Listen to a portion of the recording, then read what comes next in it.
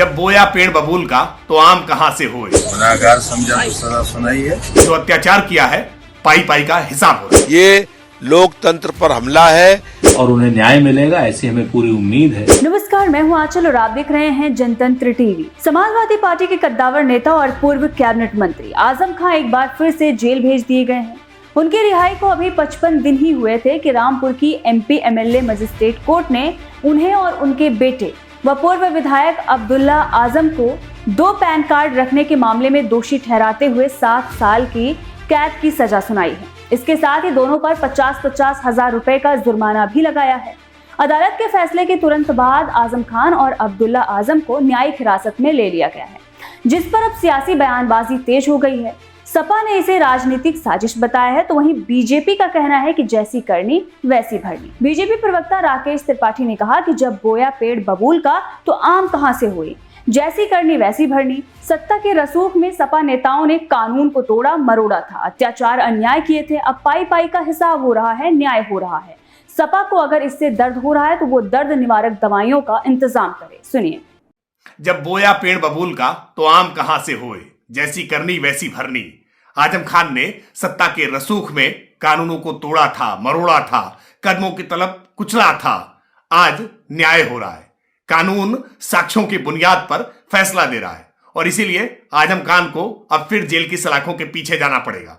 इस बात से समाजवादी पार्टी के साथियों को दर्द जरूर होगा, लेकिन वो दर्द निवारक गोलियां खाएं, क्योंकि यह दर्द घटने वाला नहीं है। सत्ता में रहते हुए जो अत्याचार किया है पाई पाई का हिसाब हो रहा है। वहीं समाजवादी पार्टी ने इसे राजनीतिक साजिश बताया। सपा के विधायक रविदास मेहरोत्रा ने कहा कि सरकार जुल्म ढा रही है, समाजवादी पार्टी आजम खान के साथ है। सुनिए। भाजपा की सरकार समाजवादी पार्टी के नेताओं पर फर्जी मुकदमे लगा करके और न्यायालय में बड़े बड़े वकील खड़े करके सजा कराने का काम कर रही है। समाजवादी पार्टी के वरिष्ठ नेता मोहम्मद आजम खान साहब और उनके बेटे अब्दुल्ला आजम खान पर पैन कार्ड में थोड़ा सा फर्क होने पर मुकदमा कायम कराया गया और बड़े बड़े वकील खड़े करके न्यायालय से सजा करवाने का काम किया गया। ये लोकतंत्र पर हमला है। विपक्षी नेताओं को फर्जी मुकदमों के अंदर बंद करके जनता की आवाज दबाने का प्रयास है। वहीं इस मामले पर कांग्रेस के प्रवक्ता सुरेंद्र राजपूत ने भी अपना पक्ष रखा है। आजम खान और उसके बेटे अब्दुल्ला आजम साहब को जो सजा एमपी एमएलए कोर्ट ने सुनाई है, उसके विरुद्ध वो उच्च न्यायालय में जाएं, कोर्ट का दरवाजा खटखटाएं और उन्हें न्याय मिलेगा, ऐसी हमें पूरी उम्मीद है। जिस तरीके से भारतीय जनता पार्टी, उनकी सरकार और उनके लोग आजम खान साहब के पीछे राजनीतिक विद्वेष के तहत शत्रुतापूर्ण कार्रवाई कर रहे हैं, इससे हम सब हतप्रभ हैं। राजनीति में प्रतिद्वंदिता होती है, दुश्मनी नहीं। लेकिन जिस तरीके से आजम खान साहब को टारगेट किया जा रहा है वो कतई उचित नहीं लगता। हां, आजम खान साहब उच्च न्यायालय में जाएंगे और उन्हें न्याय मिलेगा, ऐसी हमें पूर्ण उम्मीद है। 2019 में रामपुर शहर के मौजूदा बीजेपी विधायक आकाश सक्सेना ने सिविल लाइंस थाने में एफआईआर दर्ज कराई थी। आरोप था कि अब्दुल्ला आजम ने 2 अलग-अलग जन्म तारीखों वाले 2 जन्म प्रमाण पत्रों के आधार पर 2 पैन कार्ड बनवाए हैं। पहला पैन कार्ड 30 सितंबर 1990 जन्म तिथि, दूसरा पैन कार्ड 1 जनवरी 1993 जन्म तिथि। आजम खान को एमपी एमएलए कोर्ट से 7 साल की सजा सुनाई गई और यह उनके लिए बड़ा झटका माना जा रहा है। हालांकि इस सजा पर भारतीय जनता पार्टी ने कटाक्ष किया है और कहा कि जो जैसा बोता है वैसा पाता है। वही समाजवादी पार्टी ने भी अपने नेता का बचाव किया और कहा कि यह राजनीतिक साजिश है और भारतीय जनता पार्टी की जो सरकार है वह राजनीतिक द्वेष के कारण इस तरीके की कार्रवाई करवाती है। लेकिन 2027 में इसका जवाब समाजवादी पार्टी देगी।